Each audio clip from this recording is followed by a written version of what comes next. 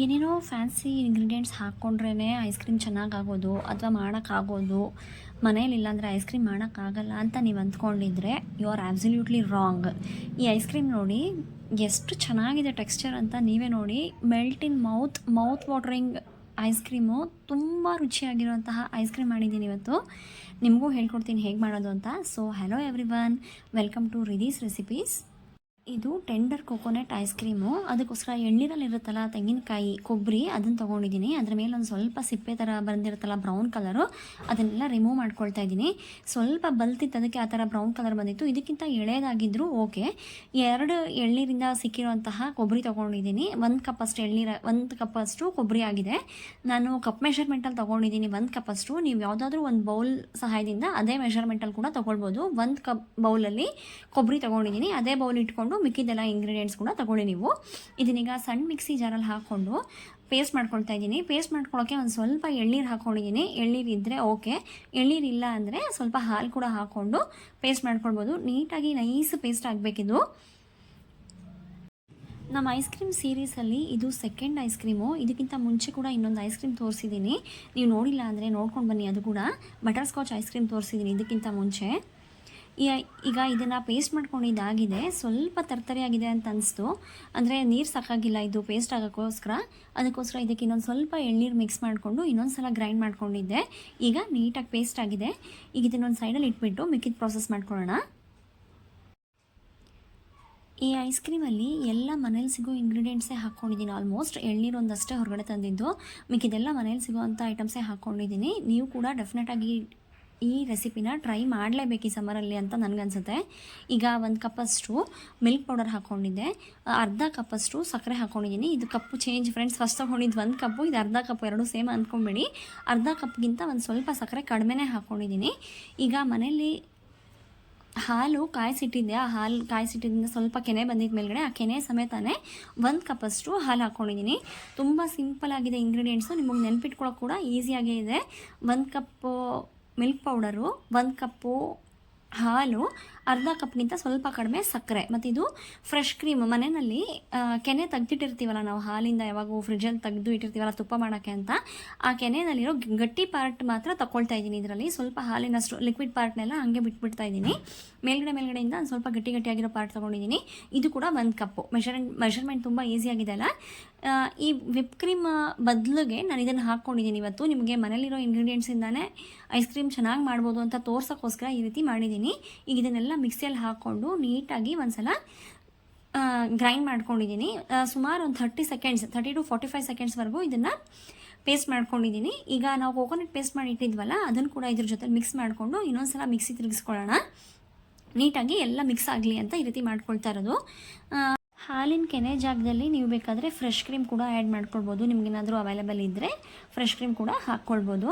ಎಲ್ಲ ನೀಟಾಗಿ ಮಿಕ್ಸ್ ಮಾಡ್ಕೊಳ್ಳೋಣ ಇನ್ನೊಂದು ಸಲ ಮಿಕ್ಸಿನಲ್ಲಿ.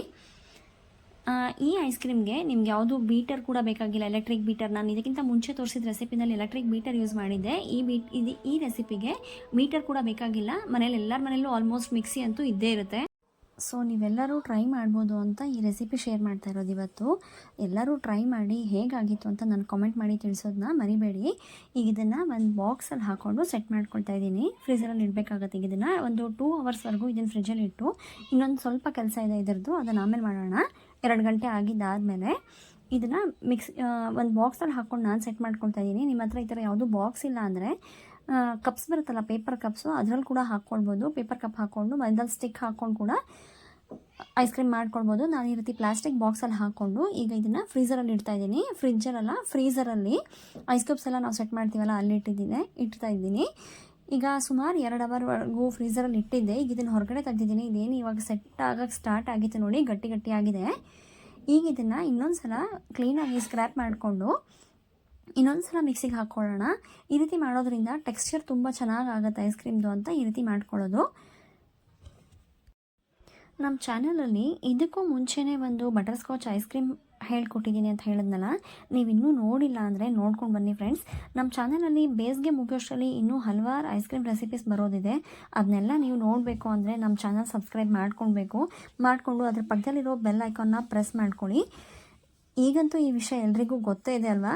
ರೆಸಿಪಿ ಮಿಸ್ ಮಾಡ್ಕೋಬಾರ್ದು ಅಂದರೆ ಬೆಲ್ ಐಕಾನ್ ಪ್ರೆಸ್ ಮಾಡ್ಕೊಳ್ಳೇಬೇಕು. ಸೊ ನಾನು ಹಾಕೋ ಎಲ್ಲ ರೆಸಿಪಿ ನೋಟಿಫಿಕೇಷನ್ ನಿಮಗೆ ಫಸ್ಟ್ ಸಿಗಬೇಕು ಅಂತಿದ್ರೆ ದಯವಿಟ್ಟು ನಮ್ಮ ಚಾನಲ್ನ ಸಬ್ಸ್ಕ್ರೈಬ್ ಮಾಡ್ಕೊಳ್ಳಿ. ನಿಮಗೆ ವಿಡಿಯೋ ಇಷ್ಟ ಆಗಿದ್ದರೆ ಒಂದು ಲೈಕ್ ಮಾಡಿ. ಇದು ಯಾವುದಕ್ಕೂ ದುಡ್ಡು ಖರ್ಚಾಗಲ್ಲ ಅಲ್ವಾ ಫ್ರೆಂಡ್ಸ್. ಸೊ ಚಾನಲ್ನ ಸಬ್ಸ್ಕ್ರೈಬ್ ಮಾಡಿಕೊಂಡು ನನ್ನ ವೀಡಿಯೋಸ್ನ ಲೈಕ್ ಮಾಡಿ, ಶೇರ್ ಮಾಡಿ ಅಂತ ರಿಕ್ವೆಸ್ಟ್ ಮಾಡ್ಕೊಳ್ತಾ ಇದ್ದೀನಿ.